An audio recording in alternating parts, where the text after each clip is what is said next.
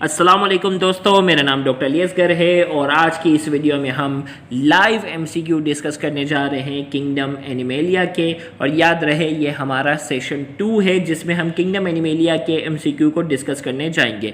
इससे पहले वाले सेशन में हमने किंगडम एनिमेलिया के अराउंड 20 एमसीक्यू लाइव सेशन में डिस्कस किए थे और आज के इस सेशन में हम मज़ीद एमसीक्यू को डिस्कस करने जाएंगे जो थोड़े से एडवांस होंगे। तो आज के इस लाइव सेशन की नोटिफिकेशन जिन जिन बच्चों को रिसीव हो गई है वो इस वीडियो का लिंक अपने दोस्तों तक शेयर करें ताकि वो भी लाइव सेशन में जो है वो पार्टिसिपेट कर सकें। तो आज के जैसा कि आप जानते हैं कि लाइव वीडियो की नोटिफिकेशन स्टूडेंट तक पहुंचते हुए तकरीबन 1 से 2 मिनट लगते हैं। तो जब तक स्टूडेंट को लाइव वीडियो की नोटिफिकेशन रिसीव हो रही है तो जिन जिन बच्चों को नोटिफिकेशन मिल चुकी है वो कमेंट सेक्शन में अपना नाम और अपने शहर का नाम लिखेंगे। इससे हमें ये आइडिया होता है कि हमारा ये लाइव सेशन पाकिस्तान के किन किन शहर से देखा जा रहा है। तो आइए हम स्टार्ट करते हैं आज का सबसे पहला MCQ. In sponges food enter the spongocoel through. Sponge के अंदर जो स्पंजोसील के अंदर फूड दाखिल होता है। स्पंजोसील क्या है? स्पंज की बॉडी कैविटी। हमें कहा जा रहा है कि स्पंज के अंदर जो फूड दाखिल होता है वो किसके थ्रू दाखिल होता है? थ्रू। ऑप्शन ए में कहा जा रहा है ऑस्टिया, ऑप्शन बी में कहा जा रहा है ऑस्क्यूलम, ऑप्शन सी में कहा जा रहा है गेम्यूल्स और ऑप्शन डी में कहा जा रहा है माउथ। तो आपके पास इस वक्त स्क्रीन पर 4 ऑप्शन हैं, आपने एक ऑप्शन जो है वो सेलेक्ट करना है। तो ये सीधी सीधी फेडरल बोर्ड के एमसीक्यू बुक्स की जो है वो सीधी सीधी लाइन्स हैं इसमें। तो क्लियरली हमने ये एक्सप्लेन किया था, तो बहुत से बच्चों ने जो है वो कमेंट सेक्शन में ऑप्शन ए कहा हुआ है और उन बच्चों का आंसर जो है वो करेक्ट है। याद रखिएगा फूड जो इंटर होता है वो छोटी छोटी स्मॉल ओपनिंग के जरिए दाखिल होता है और उन छोटी ओपनिंग्स को हम कहते हैं ऑस्टिया। और जबकि फूड जो है अनडाइजेस्टेड फूड जो होता है वो बॉडी से जो बाहर निकल रहा होता है वो ऑस्क्यूलम के जरिए। दाखिल ऑस्टिया के जरिए होता है वाटर, और जो वाटर बॉडी से बाहर निकलता है वो ऑस्क्यूलम के जरिए होता है। लिहाजा इस एमसीक्यू का जो करेक्ट आंसर हमारे पास जो है वो ऑप्शन ए है। नेक्स्ट हमारे पास है sponges reproduce asexually by. Sponge जो है उनके अंदर जो एसेक्सुअल रिप्रोडक्शन जो होती है वो किसके जरिए होती है? 4 ऑप्शन आपके सामने इस वक्त स्क्रीन पर मौजूद हैं। Option A budding, option B spore formation, option C gemmules, option D both A and C. तो 4 ऑप्शन आपके सामने इस वक्त स्क्रीन पर मौजूद है, आपने एक ऑप्शन जो है वो सेलेक्ट करना है। तो देखते हैं किसका आंसर जो है वो करेक्ट है। तो बहुत से बच्चों ने जो है वो ऑप्शन जो है वो डी सेलेक्ट किया हुआ है और उनका आंसर जो है वो करेक्ट है, डी बोथ ए एंड सी। बर्डिंग और गेम्यूल, बर्डिंग और गेम्यूल जो है वो स्पंज के अंदर एसेक्सुअल रिप्रोडक्शन का मेथड है। तो इसका करेक्ट आंसर हमारे पास जो है वो D both A and C. Next हमारे पास है fertilisation in Porifera takes place. Fertilisation जो है वो पोरीफेरा के अंदर कैसे होती है? ऑप्शन ए में कहा जा रहा है इन वाटर, ऑप्शन बी में कहा जा रहा है इन स्पंजोसील, ऑप्शन सी इन मीसेनकाइमा, ऑप्शन डी इन गेम्यूल। तो स्पंज के अंदर जो फर्टिलाइजेशन है, फर्टिलाइजेशन जो है पोरीफेरा के अंदर किस में होती है? 4 ऑप्शन आपके सामने है, एक ऑप्शन जो है वो सेलेक्ट करना है। जल्द से जल्द अपना ऑप्शन सेलेक्ट कर लें। तो इसका करेक्ट आंसर हमारे पास मैं बताने जा रहा हूँ, इसका करेक्ट आंसर है इन मीसेनकाइमा। याद रखिएगा मीसेनकाइमा जो है वो मीजोडर्म की लेयर है। लूज टिश्यू होते हैं जो मीजोडर्म बनाती है उसे मीसेनकाइमा कहते हैं और यही मीसेनकाइमा जो है वो फर्टिलाइजेशन में बहुत अहम किरदार अदा करती है। तो fertilisation in Porifera take place in mesenchyma. Next हमारे पास है अ टिपिकल मेरीन स्पंजेस। इनमें से कौन सा स्पंज है जो समंदर के पानी में पाया जाता है? वो कौन सा स्पंज है जो समंदर के पानी में पाया जाता है? आपके पास 4 ऑप्शन है। Option A Sycon, option B Leucosolenia Euplectella और ऑप्शन डी स्पंजीला। तो 4 ऑप्शन आपके सामने हैं, आपने एक ऑप्शन जो है वो सेलेक्ट करना है। तो इस एमसीक्यू का हमारे पास करेक्ट आंसर जो है वो option A sycon. Typical marine sponge जो है वो कौन है? साइकोन है। तो A is the correct answer. Next MCQ इस वक्त आपके सामने स्क्रीन पर है a sponge that consist of a group of erect tube is. हमें कहा जा रहा है वो स्पंज जिसमें जो है वो इरेक्ट ट्यूब हो, group of erect tube. Sponge that consist of a group of erect tube, जिसमें जो है वो ग्रुप ऑफ इरेक्ट ट्यूब होती हैं उसे क्या कहते हैं? ऑप्शन ए में कहा जा रहा है साइकोन, ऑप्शन बी में कहा जा रहा है ल्यूकोसिलेनिया यूप्लेक्टा स्पंजीला। तो यहाँ हमारे पास जो है वो 4 ऑप्शन है, आपने जो है वो एक ऑप्शन जो है वो सेलेक्ट करना है। तो इसका करेक्ट हमारे पास ऑप्शन जो है वो है B is the correct answer. Leucosolenia, इसके पास ग्रुप ऑफ इरेक्ट ट्यूब होते हैं, जबकि एक अगर जो है वो इरेक्ट ट्यूब होती है तो वो साइकोन कहलाएगा। एक इरेक्ट ट्यूब है तो वो क्या कहलाएगा, साइकोन कहलाएगा। ग्रुप जो है वो ऑप्शन बी में शामिल है।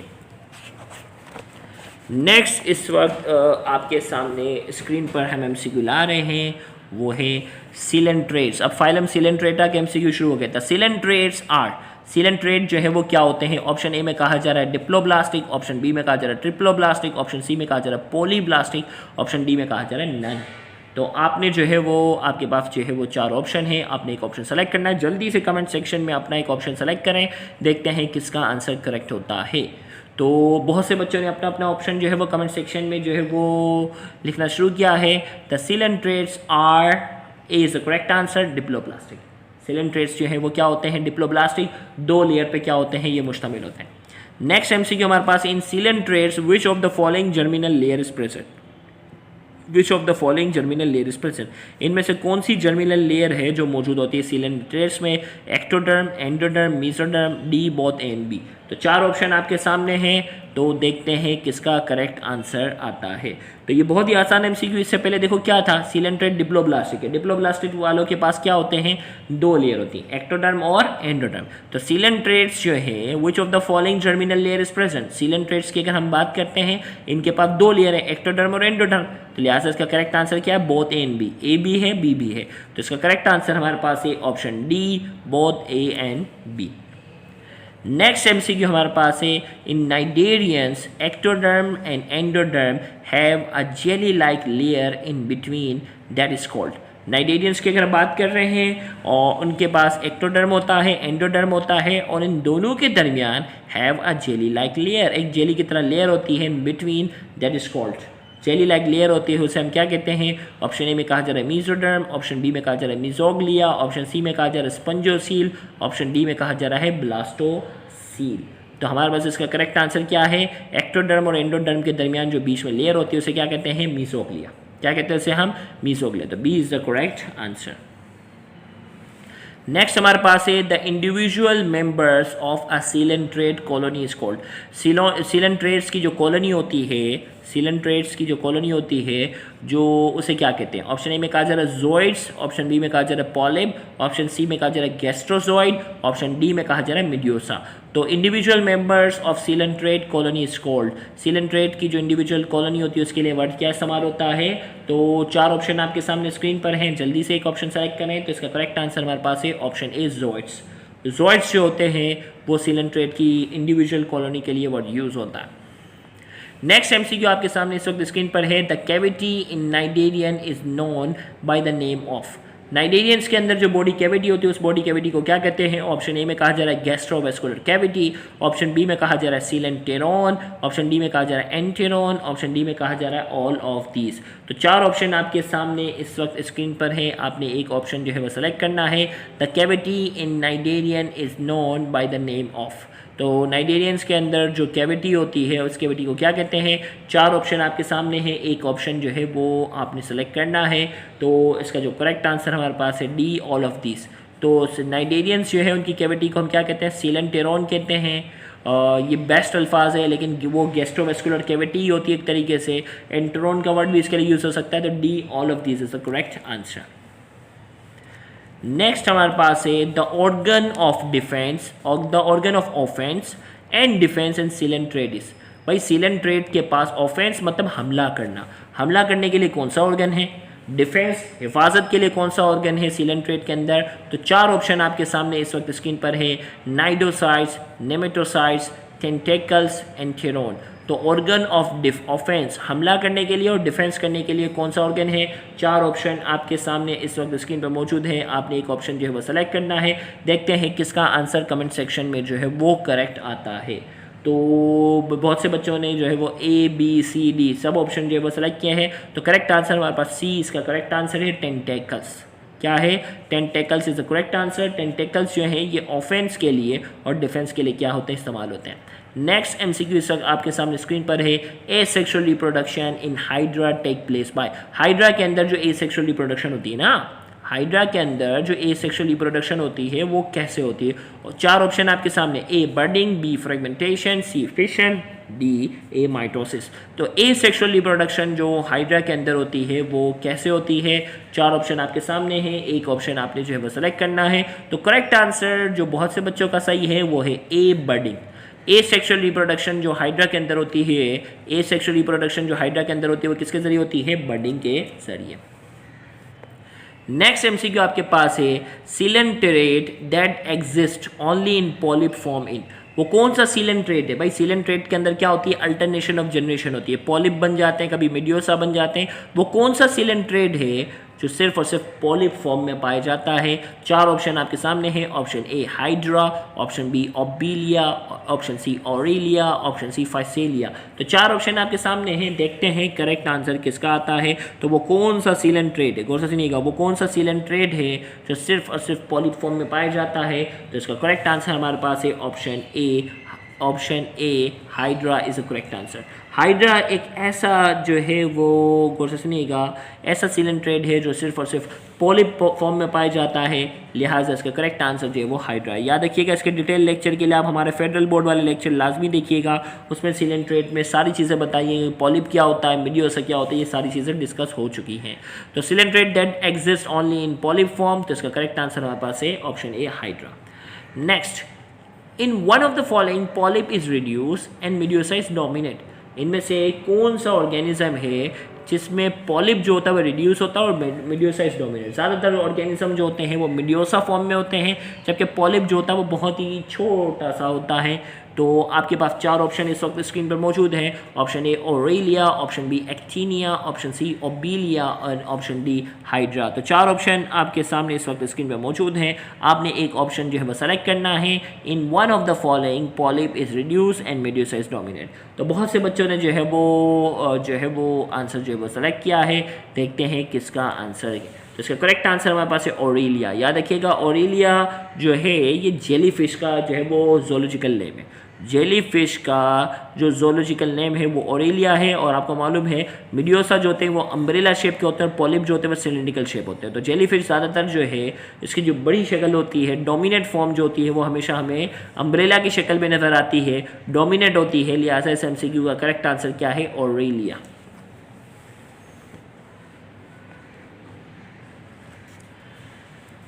नेक्स्ट एमसीक्यू हमारे पास है, the scientific name of jelly fishes. The scientific name of jelly fishes. Jelly fish का साइंटिफिक नेम क्या है। 4 ऑप्शन आपके सामने, ऑरेलिया, मैड्रीपोड, एक्टिनिया, ओबीलिया। तो हमारे पास 4 ऑप्शन हमारे पास है। The scientific name of jelly fishes, scientific name हमारे पास जो है वो जेली फिश का जो है वो क्या है, Aurelia. Aurelia is the correct answer, A is the correct answer. Next हमारे पास है प्लेटियल मिंटिस आर। प्लेटियल मिंटिस क्या होते हैं। अब देखो फाइलम प्लेटियल मिंटिस के सवाल आना शुरू हो गए। उसमें कहा जा रहा है ए ब्लास्टिक, डिप्लोब्लास्टिक, ट्रिप्लोब्लास्टिक, हेमीब्लास्टिक। तो आपके पास जो है वो 4 ऑप्शन है, एक ऑप्शन आपने जो है वो सेलेक्ट करना है कि प्लेटियल मिंटिस, फाइलम प्लेटियल मिंटिस के जो ऑर्गेनिज्म होते हैं वो कैसे होते हैं। तो आपके पास जो है वो 4 ऑप्शन में से एक ऑप्शन सेलेक्ट करना है। तो करेक्ट आंसर आपके पास है सी, ट्रिप्लोब्लास्टिक। प्लेटियल मिंटिस वाले जो है वो ए सिलोमेट है, चाहे वो ए सिलोमेट हो, सिलोमेट हो या सूडो सिलोमेट हो, ऐसे तमाम जानदार जो है ये सारे के सारे क्या है, ट्रिप्लोब्लास्टिक। भाई लिविंग ऑर्गेनिज्म डिप्लोब्लास्टिक और ट्रिप्लोब्लास्टिक में डिवाइड होते हैं, और फिर ट्रिप्लोब्लास्टिक मजीद 3 हिस्सों में डिवाइड हो जाता है। ए सिलोमेट जिनके पास बॉडी कैविटी नहीं होती, सिलोमेट जिनके पास ट्रू बॉडी कैविटी होती है, और सूडो सिलोमेट जिनके पास फॉल्स बॉडी कैविटी होती है। तो प्लेटियल मिंटिस आपको मालूम है ए सिलोमेट होते हैं जिनके पास बॉडी कैविटी नहीं होती, तो ये किससे ताल्लुक रखते हैं, ट्रिप्लोब्लास्टिक से। तो option C is the correct answer.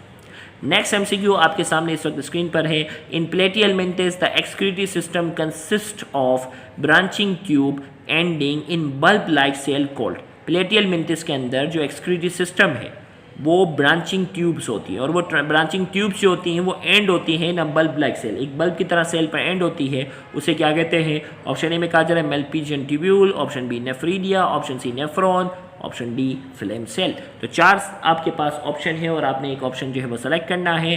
तो बहुत से बच्चों ने जो है वो करेक्ट ऑप्शन जो है वो सेलेक्ट किया हुआ है, देखते हैं, और बाकिया बच्चे कमेंट सेक्शन में भी लिख रहे हैं। तो करेक्ट आंसर हमारे पास है फ्लेम सेल।